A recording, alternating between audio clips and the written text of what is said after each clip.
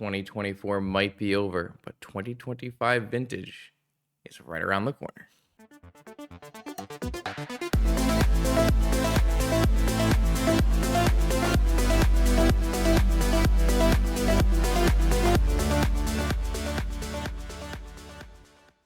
Happy New Year, vintage gamers. Welcome to 2025.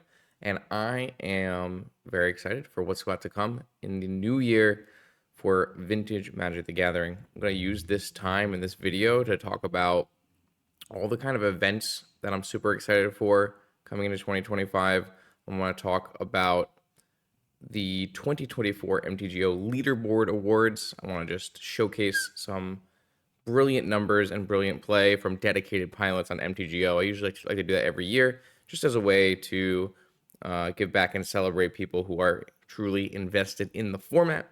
And then at the end, we'll do a quick overview of the current situation and the metagame going into 2025. So I'll timestamp everything here. You can jump around to whatever interests you, but overall, this video is going to be a celebration of all that is about to come in 2025 and all that did happen in 2024. So we are starting the new year with a bang. As always, the first season of the year for Magic the Gathering Online is a vintage showcase season. I have a nice outline here that was made by a Reddit user. I should have figured out who that was, but I will find that out later. This is a nice visual demonstration of what the online circuit looks like for MTGO, and then I'll show you the dates for all the big MTGO vintage matchups coming up. So basically, what we're currently looking at is we're looking at this champion showcase. This is the pinnacle of MTGO. Getting here is a high value proposition where only 8 players are taking home a large chunk of cash. And once a year out of the 3 seasons, one of these 8 players qualifies via vintage. I was lucky enough to do that in one season in a past year. And this year, I'm hoping to do that again. So basically, there will be showcase challenges and last chance events at the end of the year. Showcase challenges will replace a normal Saturday vintage challenge, 1 p.m. Eastern. And you do need qualifier points to play in them. You will need 40 qualifier points to play in one. Qualifier points are earned in a few different ways. You can see here, leagues, predominantly 5-0ing leagues is a good way to get qualifier points. Prelims, when they do fire, they don't fire super often these days, are an easy way to get qualifier points. And recently, format challenges, just your normal 4 vintage challenges a week, have a lot of qualifier points at the top end now. So this is a bit of a change from previous prize structures, but those are actually good ways to get qualifier points. So you get your 40 qualifier points and you go into one of those 3 showcase challenges that will happen over the course of the season being like 4 months because there's 3 a year. So you have the 3 challenges. The top 8 of those 3 showcase challenges all immediately qualify for the showcase qualifier. There will also be a series of last chance events at the end of the year. Those are usually pretty expensive. High entry fee plus qualifier points are needed to enter these. And if players 5-0 a last chance qualifier, they will also get into the showcase qualifier. So you usually end up with a 34, 35, 36, 37 player showcase qualifier, invite only from these events. And the one winner of the showcase qualifier is your vintage representative in the mocks for the year. These are going to be your events for season 1, is what they call it, of 2025. We just played Saturday, December 28th, the Vintage Super Qualifier. That is a little bit outside of this mock system here. It's more for the Paper Pro Tour system. Super Qualifiers are an open entry. Top 4 get RC Regional Championship invites.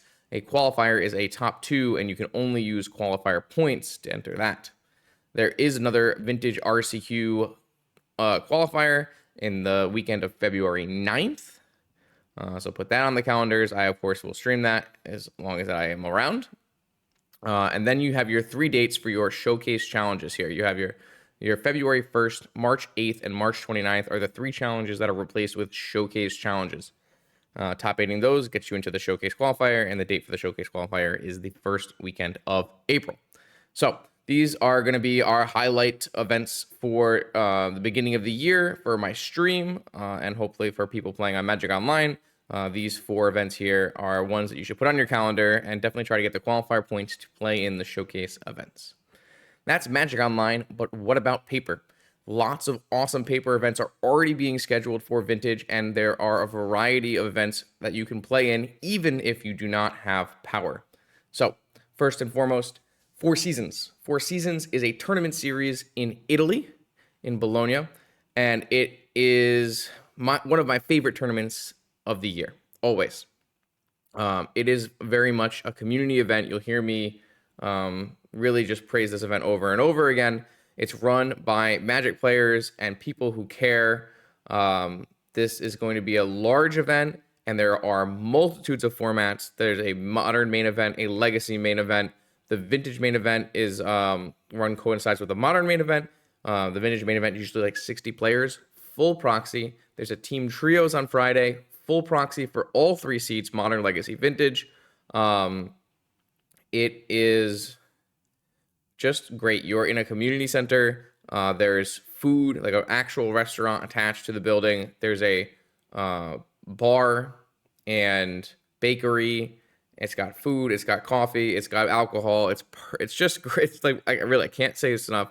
And also, you're in Italy, so you got great food at night all around the city. And Bologna is a great starting location in Italy because you can really hit all of the major northern cities from Bologna by train very easily. So I recommend, if this is something that interests you, make a vacation out of it. Spend a week, 2 weeks in Italy, hit up a bunch of cities, hit up Florence and Rome, and there's tons of things to do and see. And even though it's a Magic tournament, it's a community event, and you can make it into whatever makes sense for you. So there's a 4 a year. I try to make at least 1 if I can. Obviously, I'd like to make more, but of course, flying from the US to Italy is not always the easiest. But 4 seasons, especially if you're in Europe already, no matter what format you play, even if it's not vintage, highly recommend 4 seasons. The Oklahoma Land Run. I went to my first land run last year, and I am planning to go again this year, as long as it all makes sense. Oklahoma City hosting the land run. There are reserve list proxies allowed for both legacy and vintage. This is a really sweet 3-day event with a vintage main, legacy main, and a team trios on Friday. TheRedDirtGaming.com is where you can find all the information for this one. Here you see team trios. You have main event legacy on Saturday, main event vintage on Sunday. You're looking at ancestral recalls, original arts, Mox Pearl, and a different original painting as well. Lots of work gets done to make sure that this is one of the best events in the year, especially in the States. So if you are looking for a reserve list proxy vintage tournament, you can get power by playing in this event, or even legacy, get power from playing legacy. That is an option, and I'm definitely looking forward to another land run this year. There is no information yet out about the next NYSE, but here you see Nick Detweiler, who is the TO. Make sure you follow him on Twitter to get more information as this comes out. It says 7 out of 8, referring to 7 of the 8 prizes needed to run another NYSE. This is a bit of a harder tournament for people to play in because it is a very special tournament. It is 8 pieces of real power as prizes. So with a high stakes, lots of money in the prizes, the entry fee to this event is likely going to be very high. Last year, the entry fee to this event was $500, which makes it more of a high roller event. However, it still had over 100 players, and you are playing high stakes vintage Magic for actual power. This is your best chance to acquire power via tournaments. Top 8 is going home with power. You might know Bosch and Roll. Brian Koval won a Lotus at this event last year.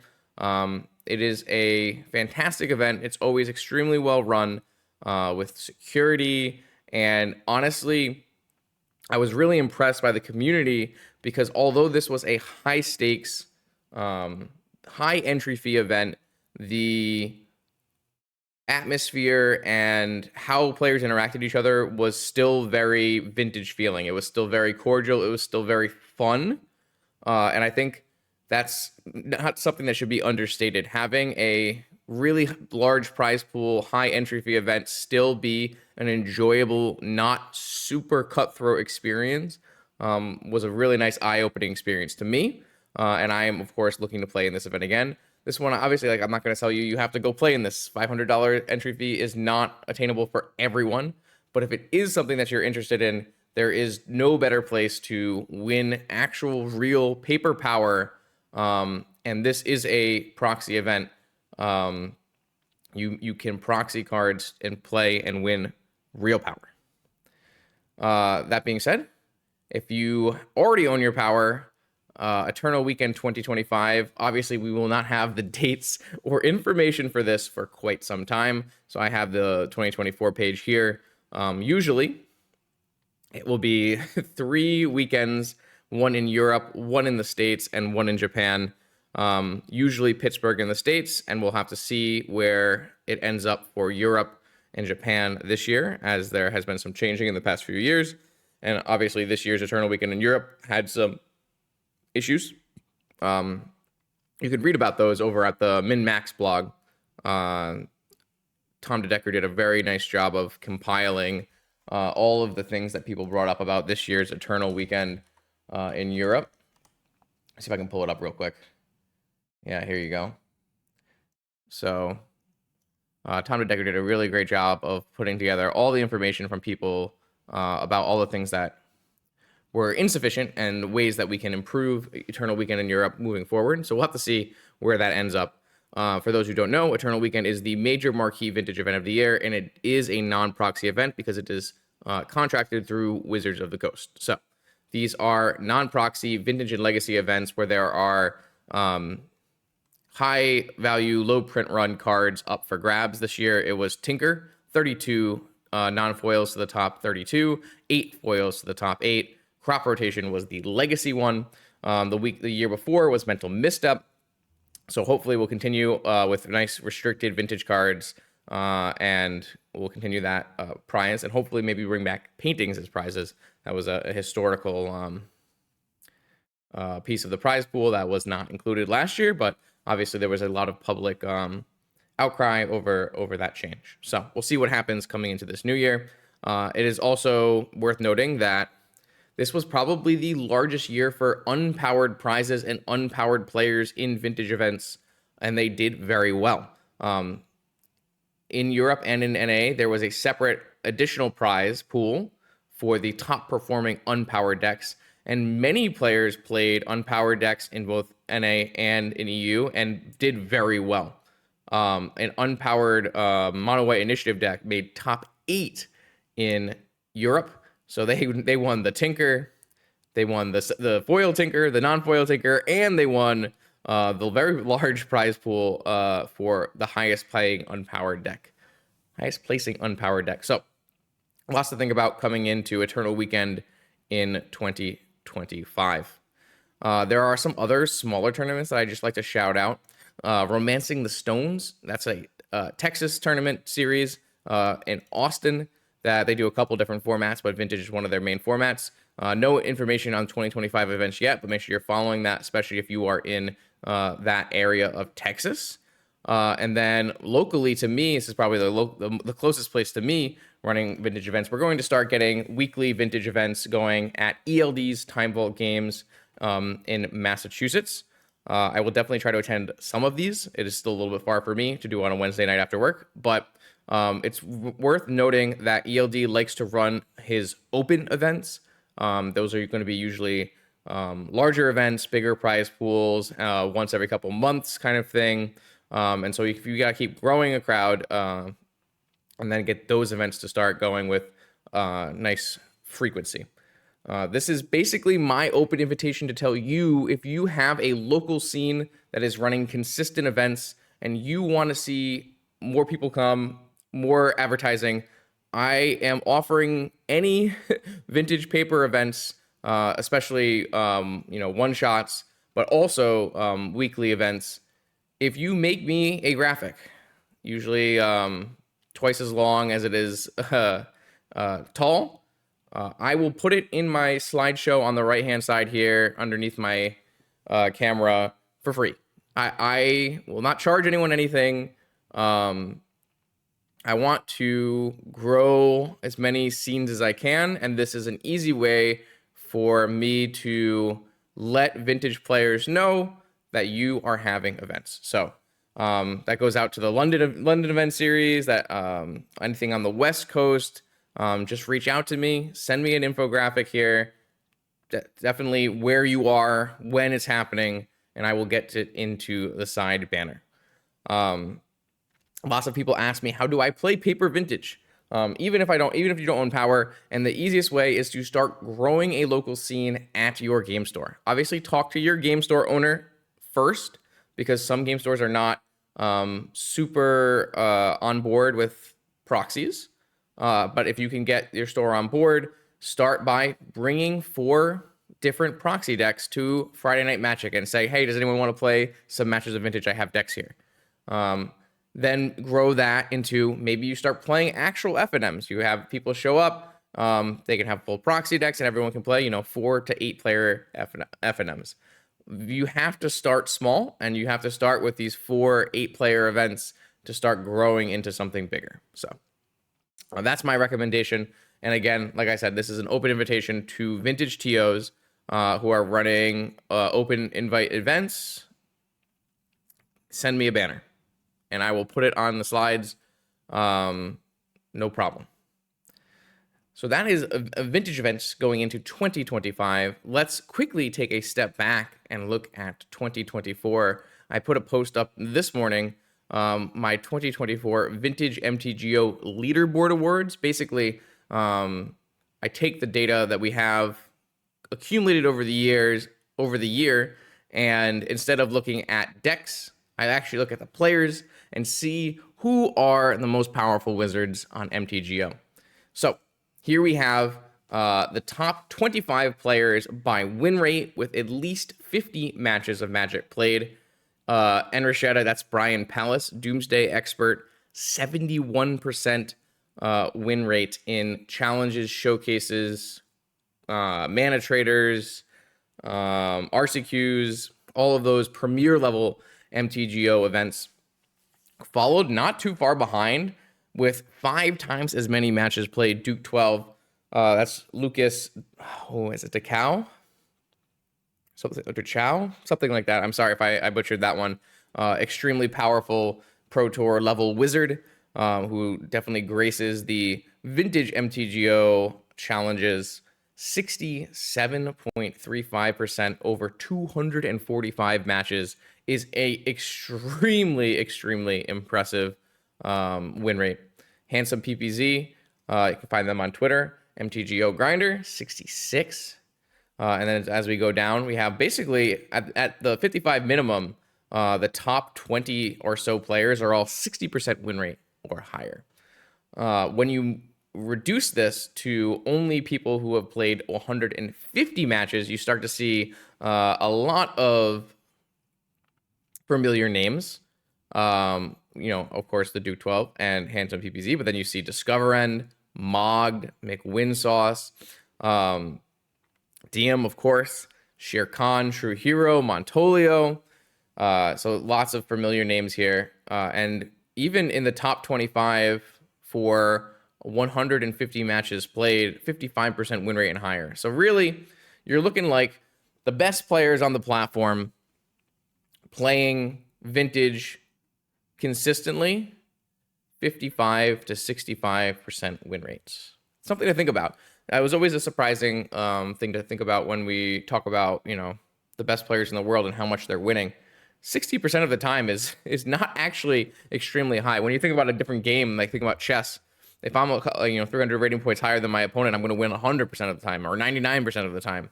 Magic is inherently a game of variance, and even when you are one of the best players in the entire world, you are still only winning 6 out of 10 games.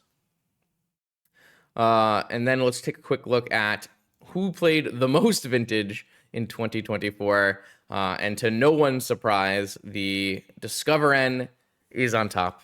The most Vintage matches in 2024 goes to Discover N, followed very closely by Unlucky Monkey, Jose, Echo Baron, and Blessvon, all over 500 matches played. These are the people who are playing multiple challenges a week. We do have 4 challenges on Vintage every week now. So these players who are playing multiple challenges are the ones who are racking up extremely high total matches. 92 top 32s. That's a pretty funny stat. Top 32 is a weird one because a lot of Vintage events only fire with 32 to 40 players anyways. So it's kind of like how many did you play? But think about it, like that's a lot of challenges played over the course of the year.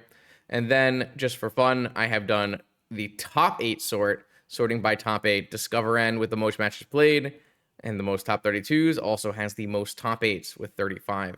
Mog 33. Mog was on a complete tear at one point during 2024, and 31 from Unlucky Monkey, especially in the back half of the year with his Luris PO deck, has been putting up some extreme numbers.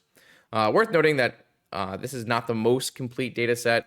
Honestly, I'm a little sad with how incomplete this data set is. We lost a couple months in the middle of the year when the API fiasco was happening. And then, of course, there have been some growing pains with the 4 challenge setup.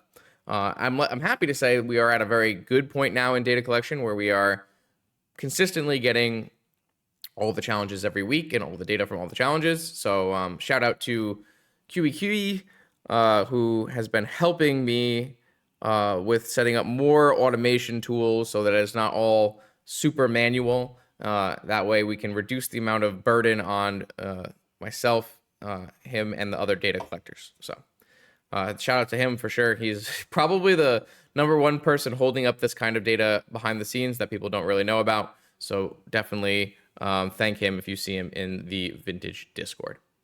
And then the final topic here, what is the Vintage metagame looking like moving into 2025? This is our current data sheet starting at the restriction of Urza Saga, 8/26/24. We have 66 challenges and 2 other events since the restriction of Saga, giving us 17,000, almost 18,000 matches of Vintage. And we're seeing a clear front runner in the format, and that would be Luris Control. Blue-Black, Luris Control, and Esper Luris Control have a combined win rate of 53.3%, but that is not really an outlying win rate. Typically, Wizards talks about 55% as being the cutoff to where they start looking at to see if something is too strong. And we have a lot of decks that are hovering this kind of win rate. If you can see here, Doomsday at 5% of the metagame, Breach at 6% of the metagame, both have win rates of around 53% as well. Jewel Chomp's 52% win rate at 11% of the metagame. There are a lot of decks right now hovering around this. Down here, you can see when you combine Esper and Blue-Black Luris, you're looking at 600 played. So that it is the most popular deck in the format. And to be a high win rate at 53% and still be the most popular deck in the format is definitely a demonstration of its power.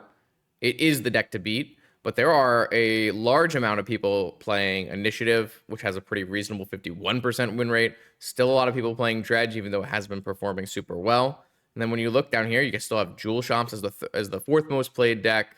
I guess it's the 3rd most played deck, I should say, if you combine the 2 control decks, and that has a great win rate as well. No, sorry, it is the 4th because these 2 are down here and they go up here.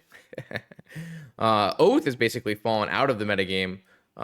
There was only 1 dedicated Oath pilot in the recent RCQ. So it's kind of interesting because while this is not a super large data set, even if you change the dates here to just last week, you're going to get a whole different looking meta share, which is a testament to how much Vintage has shifts and cycles. But even as you go down, Breach and Doomsday, both around 53% as well. And Bug also hanging on out there with 51%. It's kind of a stable metagame, I would say. I would say the metagame is very stable with Luris, Initiative, Dredge, Jewel all being heavily played and on top of the metagame, even if they're not always, they don't always have the same win rates. But those are the decks you're most likely to face. But I wouldn't say that this is a solved metagame. I actually think there are a lot of room to work inside of both control and combo right now. It's hard to make a new, like a Breach Doomsday Initiative kind of deck because they are very tailored and very specific to what they're doing. However, if you look here, there's a bunch of low play rate decks that have high win rates inside of this Lurrus subcategory. And I think it's important to realize that these things are not flushed out. On the fair side of the format, a Lurrus deck featuring Deathrite Shaman, and actually just recently a Lurrus deck featuring Ragavan and Dreadhorde Arcanist, both put up extremely good numbers in the most recent RCQ. There's no reason to me that you can't build a Lurrus deck, a fair Lurrus deck that beats Blue, Black, and Esper.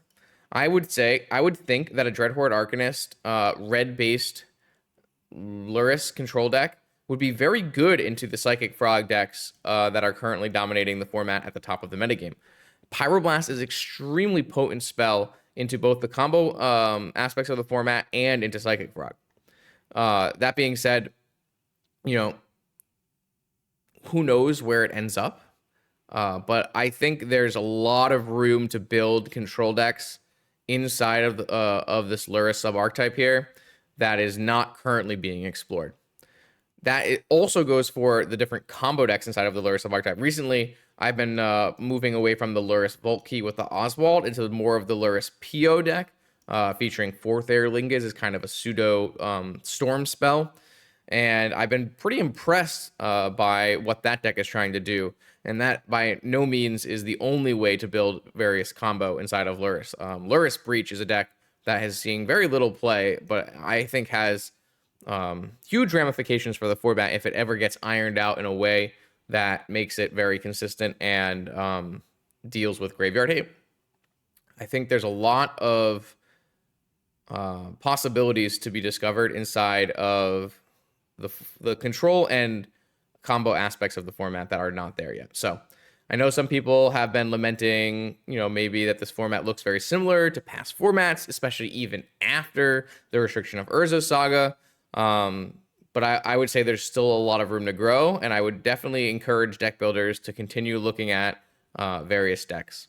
Another deck that I think has a lot of potential in this format is Nadu. There is no Nadu deck in Vintage yet, and I don't think that's fair to the power level of the card. There are deck building problems with Nadu, specifically creature counts versus blue counts for Force of Will. It is a deck building challenge, but there are probably very high rewards at the end of the tunnel if someone is able to perfect a Nadu deck in Vintage. And then I think the way to look at it is I would like to see this entire mock season play out underneath the current format. And if by the end of the format we're seeing a lot of great Lurrus results, then I think the next step would be to do some unrestrictions of cards that cannot be played in Lurrus. I think the ones that make the most sense to me are Narset and Mentor. Narset, I think, is a very low-risk card at the moment. There are lots more creatures being played in Vintage than there were when Narset was printed. When Narset was printed, there was no creature decks in the format. It was an entirely stack-based and drawing format, and it was very prohibitive to what people were trying to do. Now, with the main control deck of the format being creature-based draw engine, there's a large metagame share aggro deck in the format. And even the Lurrus deck doesn't even use that many draw spells. I think Narset is at a point where it's been a little bit eclipsed by the cycles in the format. So Narset, very safe. Monastery Mentor, obviously not as safe. That's a more powerful card. But that is a compelling reason for blue decks to choose to play not Lurrus. There's a lot of arguments recently in the Discord of whether that's even a goal that you want to try to do. But if you want to start moving the metagame in a different way, that is certainly a way to go about it without doing restrictions. I think it's very clear that this format right now and maybe that's not the case at the end of the mock season, and then we can revisit. It's balanced. Like, there are a bunch of decks to choose from. They are all between 48 and 53% win rate. It's a pretty wide, all things considered. And there's a lot of differences inside of how the games play out. With the main thing that's missing being there's no like traditional Mud Workshop deck because of the restriction of Saga. That deck was actually on a really big rise, but it was kind of cut off by their like it got double hit by Bobble and Saga restrictions. So when you start to get to a place where the format is good, the gameplay is good, and the win rates are relatively balanced, what do you do besides nothing? And nothing is totally a reasonable thing to do. But what I would say is we've already seen the fervor and excitement of unrestrictions in Modern. I think it's time to bring that to Vintage and start with some very pointed unrestrictions towards moving the format and shaking it up a little bit, but not disrupting the piece.